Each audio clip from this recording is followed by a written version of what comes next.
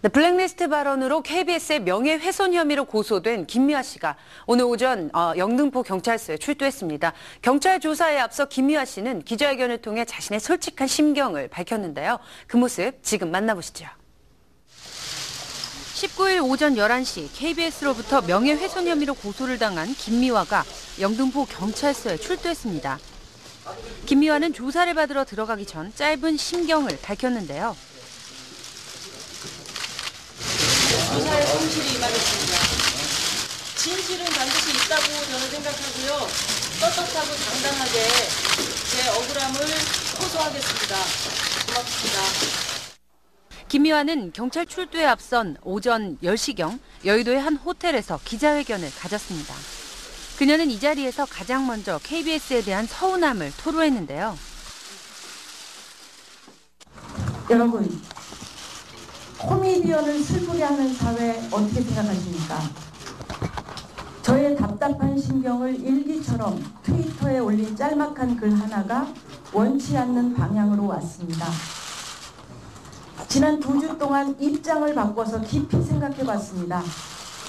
KBS가 뭐가 그렇게 고소를 할 정도로 억울했을까? 그런데 아무리 생각해도 알 수가 없었습니다. 지난 4월 KBS 자사 직원들이 문제 제기를 했고 저는 언론을 통해 블랙리스트라는 말을 처음 알게 됐습니다.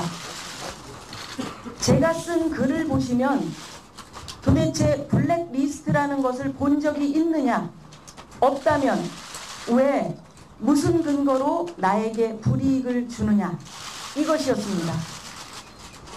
KBS는 저에게 아주 특별한 방송사입니다. 80년대 스리랑 부부로 전례 없는 60%의 시청률을 올리고 온 국민의 사랑을 받았던 접니다. 10년 전 KBS 내의 구성원들이 모두 반대하실 때 제작본부장님실에 기획서 하나 들고 찾아가 좋은 코미디 만들어 보겠다고 설득했고 후배 개그맨들 데리고 PD, 작가들과 온갖 고생하면서 자리 잡아놓은 개그 콘서트 10년이 지난 지금 수많은 국민에게 사랑받는 KBS 효자 장수 프로그램 아닙니까? 저는 우리 후배들이 원하면 언제든지 출연할 준비가 돼 있고 또 그럴 자격이 있는 몇 사람 중에 하나라고 생각하고 있었습니다. 그런데 어느 날 KBS에 제가 출연할 수 없다는 말을 들었을 때 적어도 물어볼 수 있는 권리 정도는 있다고 생각했던 것입니다. 또한 김미화는 이 자리에서 자신의 블랙리스트 발언의 근거가 된 문건을 공개하기도 했는데요. KBS 임원 여러분, 저에게 예의를 갖춰주십시오. 임원 여러분들이 연기자의 밥줄을 쥐고 있다고 생각하셔서 연기자를 그렇게 함부로 대하십니까? 자사 노조에서 성명서를 통해 문제 제기한 임원회의 결정 사항이라는 문서 때문에 문서가 이것입니다. 그녀가 공개한 문건에는 논란의 대상이 되고 있는 나레이터 출연으로 게이트키핑 여부에 의문이 든다는 내용이 기재되어 있습니다.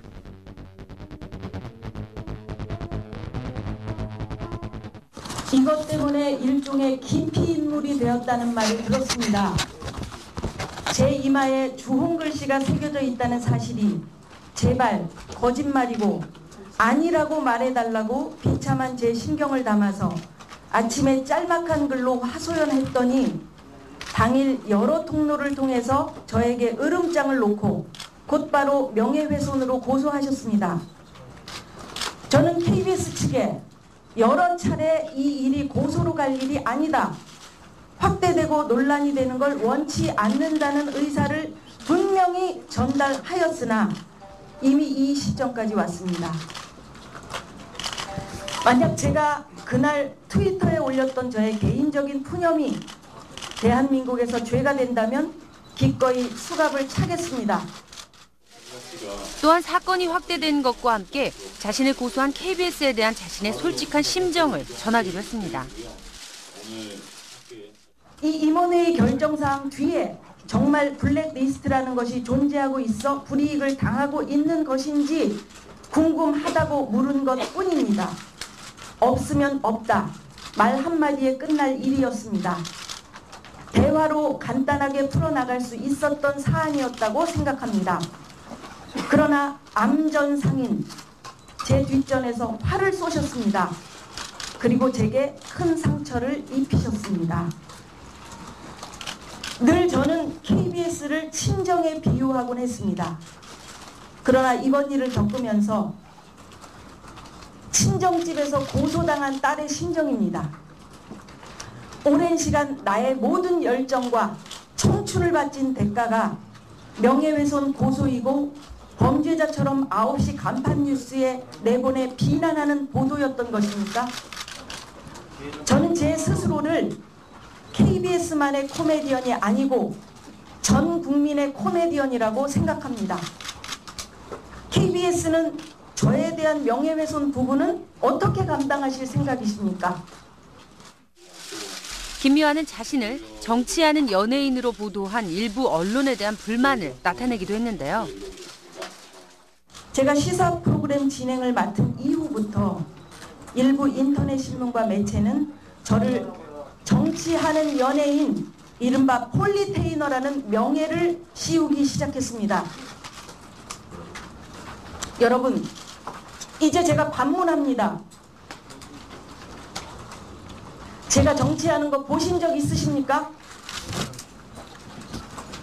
여러분들을 어떻게 하면 더 웃겨드릴 수 있을까 고민해야 할 코미디언이 좌파가 아님을 증명하기 위해 SBS 사장님 확인서를 받고 인터넷 기자협회, 총선시민연대, 녹색연합 여러 곳에 확인서를 받으러 다녀야 했습니다. 저는 다녔고 한 번도 정치권에 기웃된 적이 없습니다. 김미화는 KBS 임원회의 문건에 이어 SBS에서 받은 확인서도 공개했는데요. 김미화는 92년도부터 노와 손잡고 정치 참여.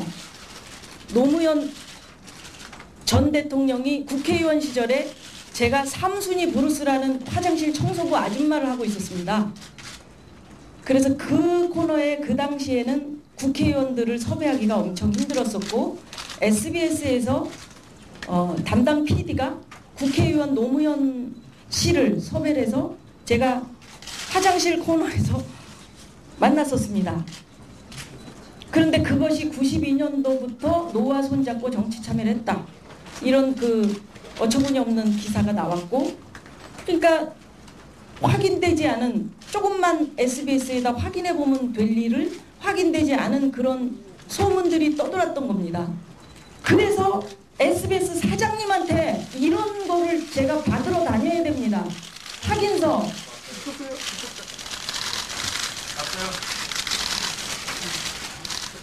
이것이 김미화 씨 개인적인 정치 판단이 아니었음.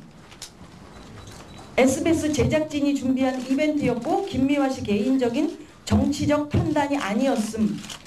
이런 모든 서류들을 제가 받으러 다녀야 됩니다. 이런 어처구니 없는 일이 벌어지는 거죠.